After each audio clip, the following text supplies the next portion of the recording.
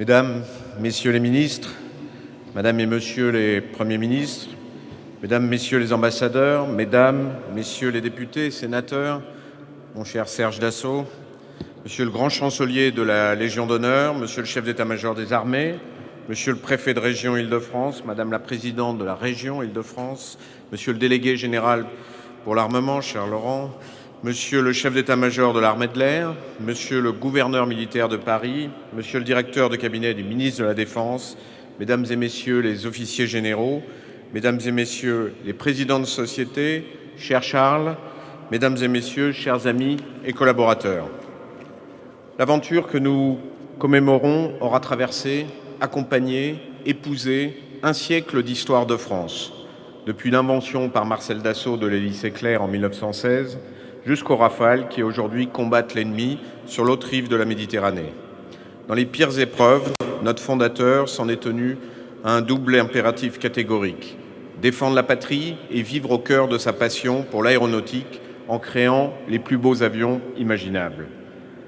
De cet impératif, nous sommes les héritiers.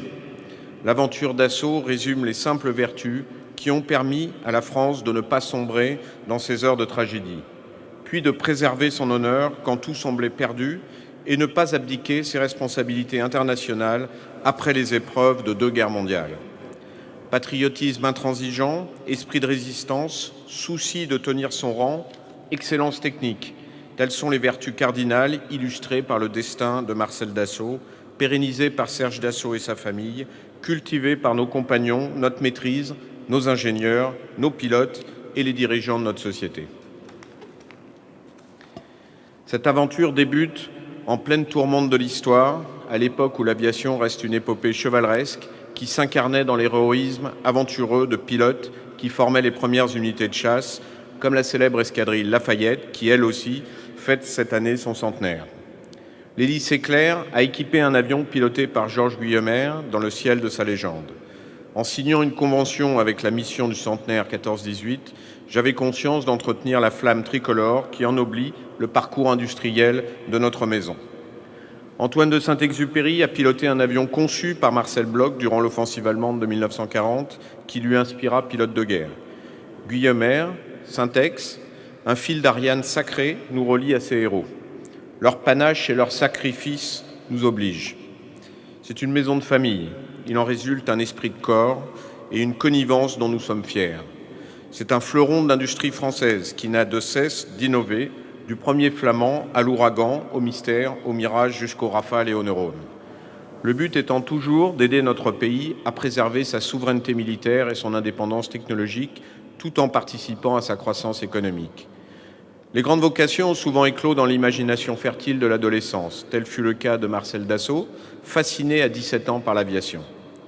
Sa passion de l'aéronautique s'est inscrite dans les mythes d'Icare et de Pégase, issus du patrimoine de notre culture hellénistique et somptueusement mis en mots et en images par Amaclio dans la cinécénie que nous venons de voir.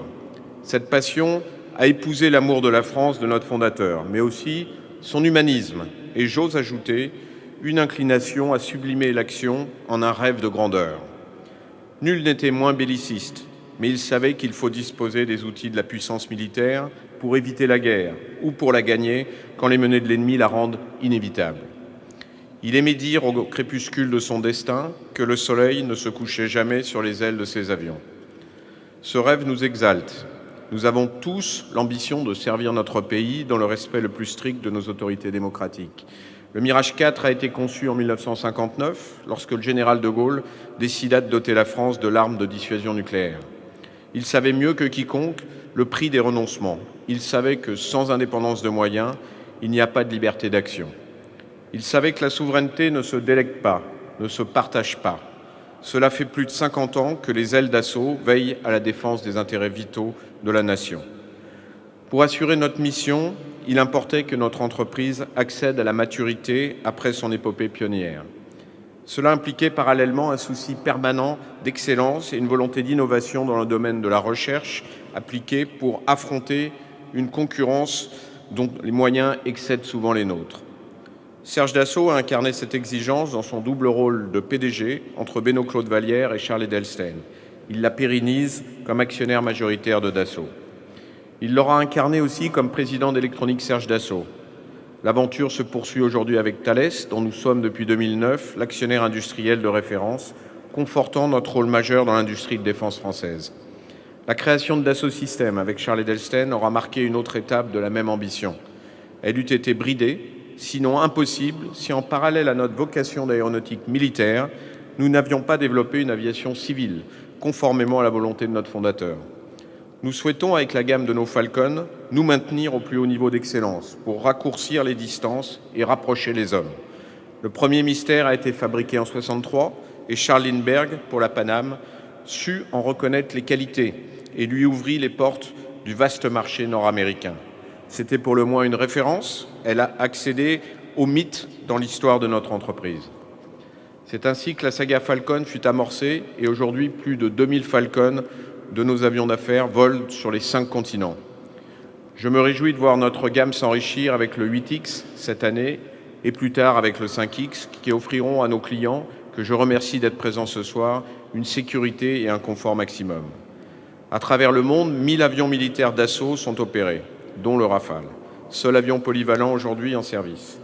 Permettez-moi en toute modestie de considérer que nous avons réalisé, avec nos partenaires industriels, la DGA et les armées, une prouesse technologique sans équivalent.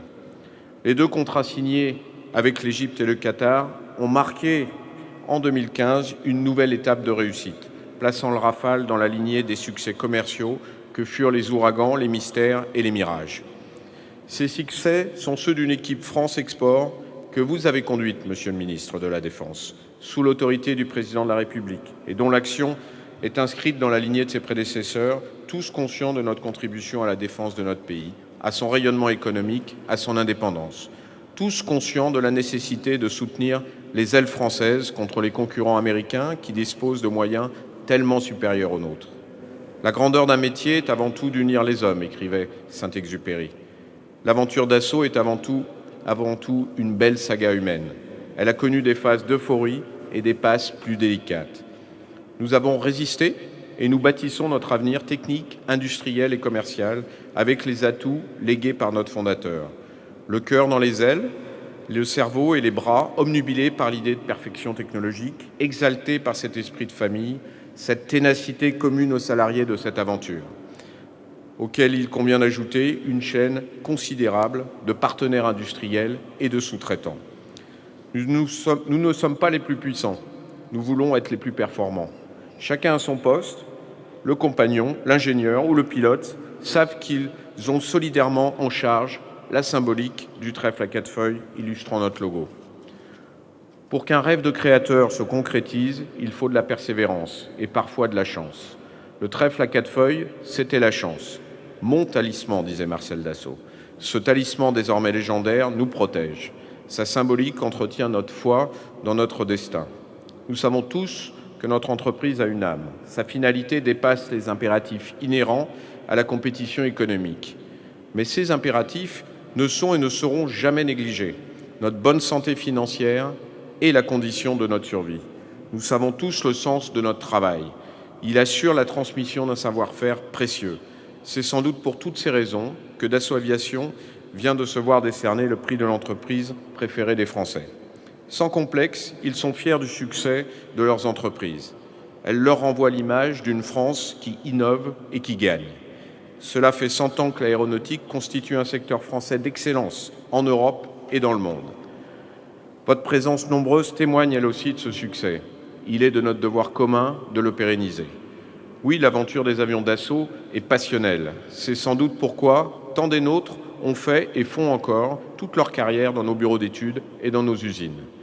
Pour définir cette aventure, sans être infidèle à son fondateur génial, à son fils, à ses petits-enfants et à mes prédécesseurs, un bref chapelet de mots suffit.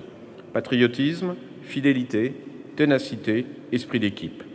Ajoutons-y un certain idéalisme, celui qui incita jadis au dépassement de soi. Guillemer, Roland-Garros, Mermoz, Syntex et d'autres figures emblématiques de l'aviation civile ou militaire. Celle-ci était dans l'enfance de son art lorsque, durant la Première Guerre mondiale, Marcel Dassault dessinait son hélice éclair. Toutes ces valeurs ont toujours la primeur en 2016. Sinon, nous aurions sombré. comme d'aucuns ont pu si souvent le pronostiquer. Dassault Aviation est toujours là. Nous sommes passionnés par l'aéronautique, comme Marcel Dassault, qui recommença à dessiner des avions dès son retour de captivité de Buchenwald. Nous sommes toujours là parce que dans son sillage, et en nous référant à son exemple, nous avons la volonté de nous métamorphoser pour n'être jamais dépassés. Nos systèmes témoignent d'un appétit d'innovation qui se conjugue aussi harmonieusement que possible avec notre sens de la tradition. Nous sommes voués à la dualité, aviation militaire, aviation civile, innovation, tradition. Nous ne sommes pas seulement là ce soir pour commémorer, mais pour nous projeter, nous catapulter vers le futur. Comme l'hélice éclair qui tournoyait dans le ciel sombre de Verdun, les Rafales pourchassent et détruisent aujourd'hui des ennemis qui sèment la terreur. Nous sommes voués, Monsieur le Ministre, à soutenir nos forces armées en leur proposant les moyens d'assurer la pérennité de notre indépendance aérienne. Dans ce contexte, le Rafale continuera à progresser pour rester ce garant puissant et polyvalent de notre sécurité collective. Déjà avec nos autorités, nous imaginons le futur et le Neurone, ce drone furtif, nous place au sommet des compétences technologiques mondiales. Pour nos Falcon, nous sommes soucieux de proposer à nos clients les avions les plus performants, aux lignes les plus pures et les mieux équipés. Plus vite, plus loin, plus confortable. Tel est le défi que nous lançons à leurs intentions avec nos projets de Falcon Futur. Ces exigences ne nous font pas oublier un réel souci esthétique qui n'était jamais absent de la vision de Marcel Dassault. Nous voulons que nos avions soient les plus beaux du monde, et qu'ils continuent d'allumer des étoiles dans le ciel. C'est aussi notre façon d'affirmer notre foi dans l'avenir de notre pays. Les temps changent à une vitesse accélérée, mais l'esprit Dassault, le souffle qui nous anime, me dicte qu'en l'an 2116, notre logo, agrémenté d'un trèfle à 4 feuilles, continuera de voguer dans les airs avec comme divinité tutélaire les 3 couleurs de notre drapeau national.